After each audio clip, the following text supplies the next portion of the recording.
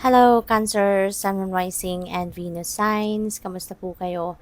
Sana po nasa mabuti kayong kalagayan. Welcome back po sa Star Tarot. At kung bago kayo dito, welcome din po kayo. Please subscribe, like, share my videos, and leave me a comment po kung nakaresonate kayo. And pasensya na po kung nakikita ninyo nakalatag na po yung mga cards.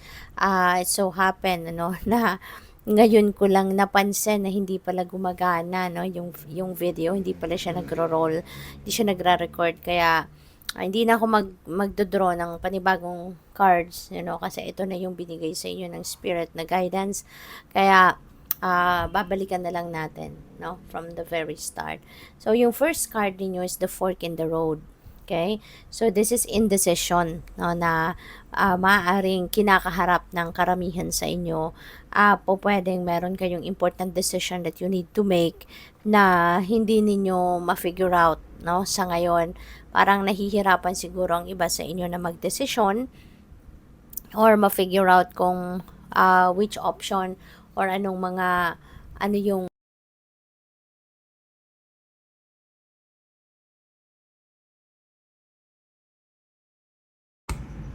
maraming choices ang kailangan pagpilian ninyo rito, kaya pwedeng hindi ninyo ma-figure out, 'di ba? Kung alin yung pipiliin ninyo or ano yung gagawin ninyo.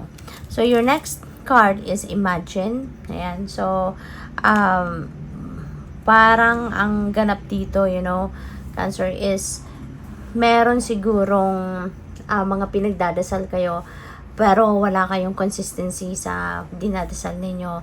O pwedeng last month, iba yung hinihigi ninyo sa universe. Ngayon, iba. Kahapon, iba. Yung ganon, yung baka paiba-iba. Kaya parang, ngayon, gustong sabihin sa'yo ng universe na try to figure out, Cancer, ano ba talaga yung gusto mo? What do you really want? Kasi pwedeng ready na siya, no? Pwedeng ready na si God na natulungan ka to make things happen, 'di ba? Pero alin ang uunahin niya? Kasi hindi niya sigurado din, 'di ba? Hindi niya alam siguro ngayon ano ba talaga ang gusto mo. Kaya gusto niya na i-clear mo muna sa sarili mo, what do you really want in your life, 'di ba? Para tutulungan ka na niya. So we also have change in the wind. Meron ditong all of a sudden siguro change in your mind, no? Maaring all of a sudden magkakaroon kayo ng pagbabago sa desisyon. Maaring meron kayong iniisip, no, na parang hindi nga kayo hindi nga kayo consistent about it, pwedeng ganon, at gusto ninyong magbago. Pwede rin kasi na merong opportunity na dumating or dadating na siguro masasabi ninyo na irresistible ito, kaya ito na lang muna yung unahin mo, because maybe this is like a once in a blue moon opportunity. Kaya habang nandito, ito na muna ang unahin mo, ito na muna yung gusto mong gawin, 'di ba? At isasantabi mo muna kung ano man yung naging konkretong plano mo na sana, pwedeng ganon, no? So good luck din sa iyo dyan. And it could be about anything. It could be about an opportunity for travel. Pwedeng meron ditong opportunity to travel abroad, to work abroad, 'di ba? Maaring ganon. Or pwedeng investment scheme ito na talagang hindi mo mahindian kasi sa sobrang ganda ng offer. Yung mga ganon ba?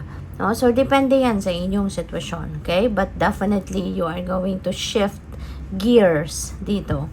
So there is a reason you have those dreams. So maaari ng iba sa inyo dito mayroong mga panaginip, no, lately. At sabi ng card, 'di ba? There is a reason you have those dreams. Kasi nga lahat naman talaga ng bagay, 'di ba, may dahilan, may purpose 'yan. At yung mga panaginip ninyo na 'yan could be, 'di ba? Baka kailangan ninyo ng gabay. Kaya ginagamit ng universe ang inyong panaginip, no, para makapaghatid ng guidance sa iyo. Kasi there are so many ways, no, that the divine is sending us guidance. At yun na nga, isa dyan yung panaginip natin, yung mga intuitive messages and nudges, yung mga signs, symbols, omens, and synchronicities. Those are the common ways na ginagamit ng universe para maghatid sa atin ng gabay, no? And in this case, yung panaginip ninyo, idadaan niya sa iyong panaginip para siguro talagang hindi mo makalimutan, 'di ba? At talagang mapansin mo. So, what else? There is a place within me. Yan, still, calm, steady, and eternal. Ayan. So, siguro ang iba sa inyo dito, seeking for peace, you know? Kaya, well, siguro dahil, 'di ba, meron kayong fork in the road energy. Kaya siguro talagang gulong-gulo dyan ang isip ninyo. That's why gusto mo na magkaroon ka ng kapayapaan. Gusto mo muna na makalman sarili mo. Gusto mo muna na magnilay-nilit, magmuni-muni para mapakinggan mo, no, yung sarili mo. Mapakinggan mo kung ano talaga yung gusto kung ano ang gusto ng sarili mo, hanggang ganon. Kaya, this is possible, you know, na po pwedeng ikaw ay magme-meditate, possible na ikaw ay magme-meditate, possible na gusto mo rin na magkaroon kayo ng opportunity para makapag-nilay-nilay, 'di ba? Para makalma mo din ang inyong sarili. Baka sakali, 'di ba? Makapag-isip ka ng mas maayos, makapag-isip ka ng may direksyon. Okay? So we have, could you surrender just a bit more? All-seeing eye, spirit release, yung ganon. So, siguro, you know what? If you are going to go with the flow, go with the flow of life, 'di ba? Parang siguro mas magiging mas magiging receptive ka sa mga guidance ng divine, no? Sa mga downloads na pumapasok sa isip mo, yung ganon. Kasi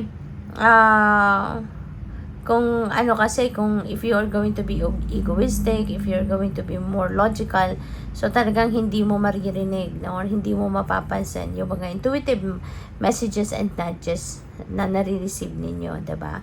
Kaya siguro sa ngayon, you need to talagang kalmahin mo din ang sarili mo, tune in sa intuition mo, tune in sa inner guidance mo, 'di ba? Para mas mapakinggan mo yung gabay ng divine universe. All right?